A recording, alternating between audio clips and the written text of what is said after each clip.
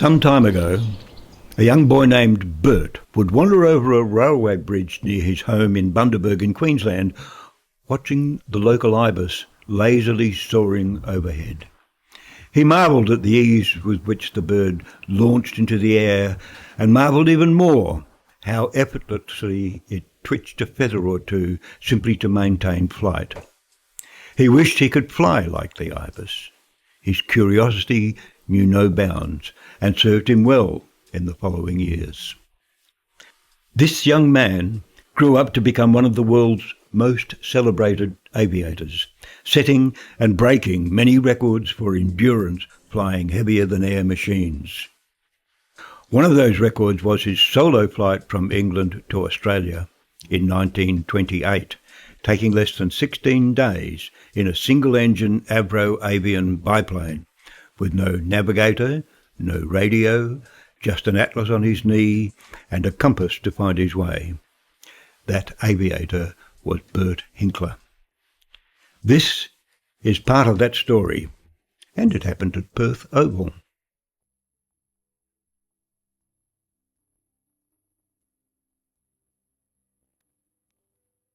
Sometime before his record-breaking flight, Bert had light-heartedly told his ma that one day he would fly home to Bundaberg from London. And when he did, after completing his record-setting flight, it seemed that every person in Bundaberg came out to see him land. A Bundaberg newspaper reported, "Shrieks of joy from women announced the first sight of Hinkler. Hinkler's mother and brother anxiously watched the small speck. There were about 20,000 people around the ground, and each yelled in joy as the machine circled high above the recreation ground. He passed over the ground, still high up, and then swooped down and landed gracefully. The crowd rushed over to the plane and surrounded it. The crowds went wild with excitement. The people at last got hold of Hinkler. They hoisted him on their shoulders, and amid great excitement and cheers carried him towards the official platform. Hinkler did not appear at all comfortable, and apparently was having a rougher ride than he had throughout the whole trip from England." Little did Hinkler know what was about to happen. His triumphant flight attracted the attention not only of the Australian population, but of the Prime Minister as well.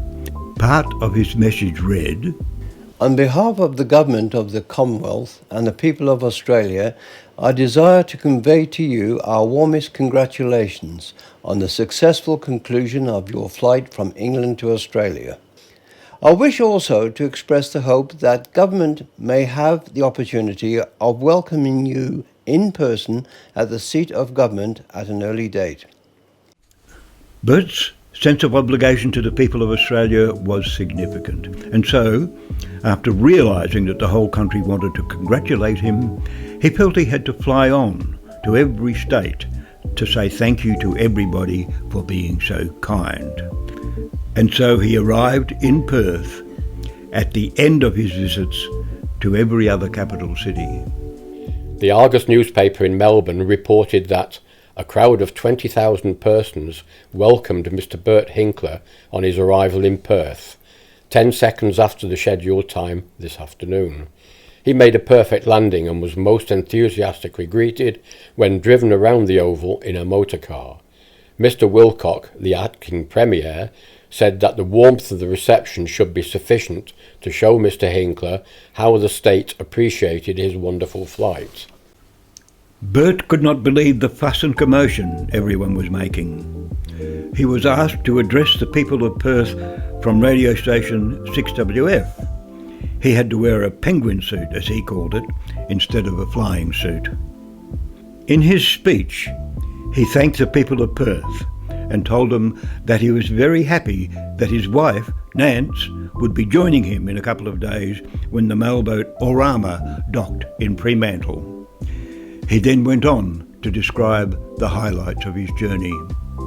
"I hate making speeches or addresses, and it is not an easy job to describe my flight from England to Australia, because the papers have told you practically everything there is to be told about it. You know all about my great little bus, and how I managed to make good time and get through with everything in tip-top order and condition. Now that the job is done, I can best bring to mind the highlights of the trip, what appeared to me to be the big things. There was the start. It was one of those grey, murky mornings when I hopped off from Croydon Aerodrome in England, but the warmth of my fellow flyers' good wishes and the knowledge that I had the most trustworthy bus and engine in the world dispelled any qualms I may have had. Bert considered that his work in aviation was pioneering work, which he saw as hard, with many sacrifices and setbacks and scares. During his flight, he was arrested in Rome, having mistakenly landed his Avro in a military aerodrome. After being bailed out by the British consul, he flew from Rome to Malta, then through Libya and on to the coastal city of Tobruk. However, conditions prevented him from reaching Tobruk and he had to land in the desert. He was met by some Bedouins, which, he said, was a bit scary. He thought it was probably the first time they had seen a plane. But he said they were as nice as pie and even helped haul his plane on to harder ground so that he could take off again. The next few legs of his journey caused him deep anxiety. It was anything but comfortable when I struck the big jungle fires on the way to Rangoon, and I don't mind admitting that the storms I ran into over the Malay Peninsula and the Dutch East Indies were not the best companions in the air. At one point, he had to put down short of Beamer, which was a scheduled stopover. Some natives found him and offered him shelter in their hut for the night. He describes it as a rotten night with the mosquitoes nearly eating him alive. He was constantly bitten and considered it very inconvenient. Those mosquitoes at Beamer are the world's worst. I can sleep in most places and at most times, but those mosquitoes were just too much for me. These were the bad times, but they were in the minority. All things considered, the going was mighty good. He was very glad to leave Beamer at dawn for the 900-mile trip to Darwin. Bert described the last section of his flight to The Age newspaper. I had a tricky climb with a full load out of the mountains and then set out for the open sea. I was over the Timor Sea for about 5 hours, and my first sight of Australia, Bathurst Island, caused great joy in the cockpit. Hinkler had no idea what might be waiting for him in Darwin, but hoped there would be a few people to shake his hand on arrival. Darwin expected him at 2 p.m, but it wasn't until almost 4 anxious hours later that Hinkler finally dropped out of the skies for a safe landing. He was now the most celebrated aviator in the world, having just completed an incredible and record-breaking solo flight. Bert described his passion and how he felt about flying. I can assure those unacquainted with flying that to sit in the snug little cockpit, to see the world rolling away below, to hear the sweet even note of the engine, well, to me, flying, this is the salt of life. You have every faith in your bus. The compass points the way, and you know that at every landing place along the route there are friends to meet you. The Cirrus ran perfectly the whole way, and the job was a most enjoyable success. Of course, I was pleased. It was good to be able to do something for one's country. I tried, I succeeded. That my fellow Australians appreciated my effort makes me the happier. Before flying to Perth to thank the people, Bert contacted a friend from the war, Norm Brearley, also a pilot, who sent him some maps to look over before he left Melbourne. They selected an area of open ground called Perth Oval. They weren't sure how many would be interested in being at the Oval to see him arrive, but they wanted to make sure the people of Perth didn't have to travel far from the centre of town. Norm Brearley felt that an official escort to the Oval would be a suitable gesture to acknowledge Bert's unequalled flight. He arranged for 2 pilots to join him and meet Bert coming in over the ranges. As the 3 planes approached Perth, the 2 escorts peeled away and returned to Maylands Aerodrome. Bert then flew in over a suburb called Mount Lawley. There were people perched on rooftops and even on telegraph poles, waving and cheering. The crowd was huge. Officials numbered the crowd at over 20,000 in the ground, with an equal number outside. Bert circled the Oval a number of times to get his bearings.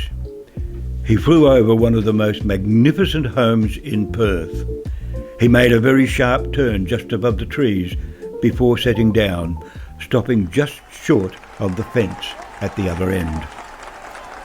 Spectators went crazy with excitement, running out to the plane from everywhere.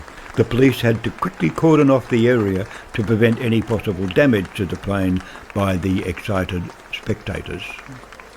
Bert was overwhelmed by all the attention. He was met by the Premier and other officials and was asked to make a speech.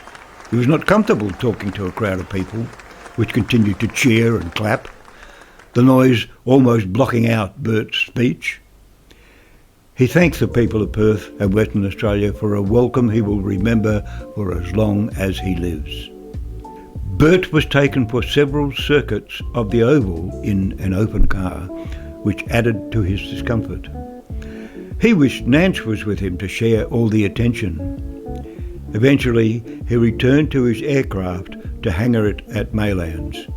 He admitted that he felt much more at ease when he was flying. As the time for Nance's arrival came closer, Bert could hardly contain his excitement. He and Nance had been separated for such a long time. The Argus newspaper in Melbourne reported on his eagerness when he finally met up with her when the ship berthed.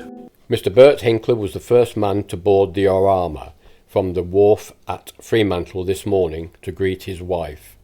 Helped by a police sergeant, he jumped across the space between the quay and the ship before the Orama had properly berthed. The Chronicle newspaper in Adelaide described a very excited and enthusiastic Mr. Hinkler upon boarding the vessel looking for his wife. Mr. Hinkler ascended the decks of the vessel looking for his wife on each. Behind him trailed a crowd of enthusiastic passengers, pressmen and photographers. Then a steward intimated that Mrs. Hinkler was awaiting him in her cabin suite.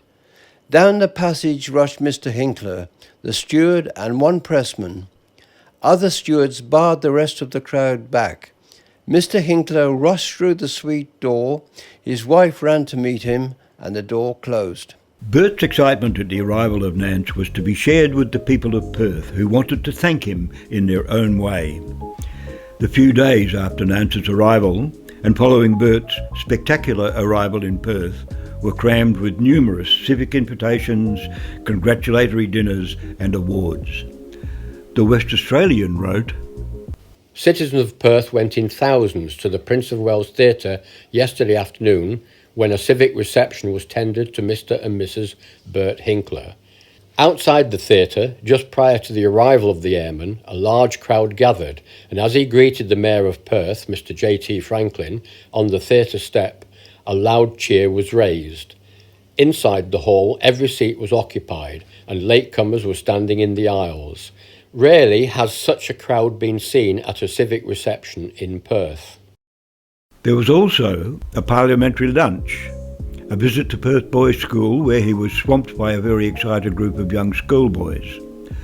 Bert's flight was sponsored by Shell and the company gave him a huge reception at the Young Australia League ballroom. There were many other events in recognition of his great journey. After these exhausting days in Perth, Bert and Nance planned to fly back to Bundaberg together after he removed the extra fuel tank from his plane so there was room for her. I venture to say that in 20 years' time, the aeroplane will be almost as familiar a figure in our scheme of things as the motor car is today. Aviation has a lot to thank Australia for. Hawker, the Smith brothers, Pera and McIntosh, Sidney Pickles and Kingford Smith, and many other excellent pilots you have right here in your own midst. These good Australians have done and are doing big things in the air. And I am quite sure that there are many other Australians who will carry on the good work. Despite the joy and happiness, the congratulations and official events, there was one downside: the press. The press had not been kind to Bert. During his flight, and especially afterwards, he suffered the humiliation of being ridiculed and was accused of doing it just as a foolish stunt. In March of 1928, the Sydney Morning Herald reported that a significant portion of the public viewed Hinkler's flight as a stunt. Despite his incredible achievement and the official accolades he received, Hinkler continued to deny that his flight was a stunt. During the same month, the Melbourne Argus quoted Hinkler, It must not be assumed that my flight was in the name of a stunt. The flight I made could be accomplished by another aviator with capable tools. If I have done nothing more than to open the eyes of Britons and Australians to the possibilities of an aerial service between Britain and Australia, my flight will have accomplished its main objective. Bert Hinkler was a very modest, unassuming man who did not look for all the attention he received, good or bad. His interest was centred around what aviation could do for Australia and the British Empire, and frequently spoke about these advantages in the many speeches he made. Nevertheless, the press persevered with its discussion as to whether or not his flight was a stunt.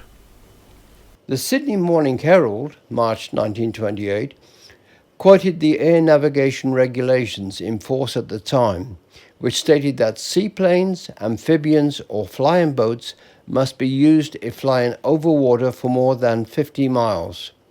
The article went on to say that 2 or more stages of Hinkler's flight were over water for distances far greater than 50 miles, which gave rise to comments in the press that his flight was a stunt. But Bert took it all in his stride. He was a proud Australian and proud of what he had achieved for all Australians. His hope was that he would be remembered long into the future and not by just today's news. Here today and gone tomorrow. He had already acknowledged his fellow Australians who also achieved amazing record-breaking flights and were well known amongst the people. Bert wondered if he himself would be remembered for his own record-breaking flights. He felt that his journey might be overshadowed by so many other great achievements and resolved to continue his pioneering flights and cement his place in aviation history. But how does Perth remember him almost 100 years later?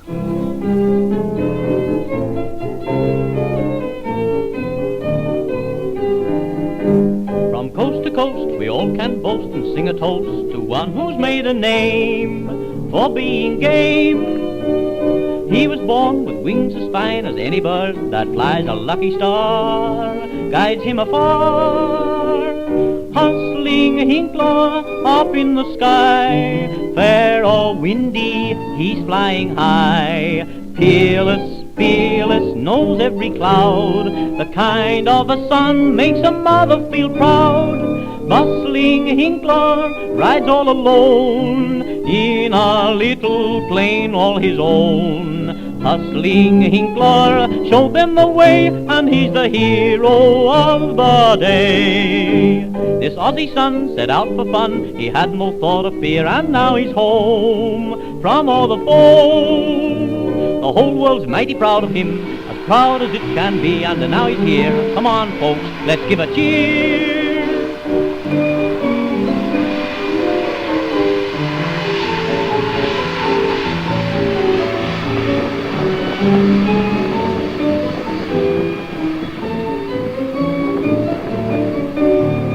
Hustling Hinkler up in the sky, fair or windy, he's flying high. Fearless, fearless, knows every cloud. The kind of a son makes a mother feel proud. Bustling Hinkler rides all alone in a little plane all his own. Hustling Hinkler showed them the way, and he's the hero of the day.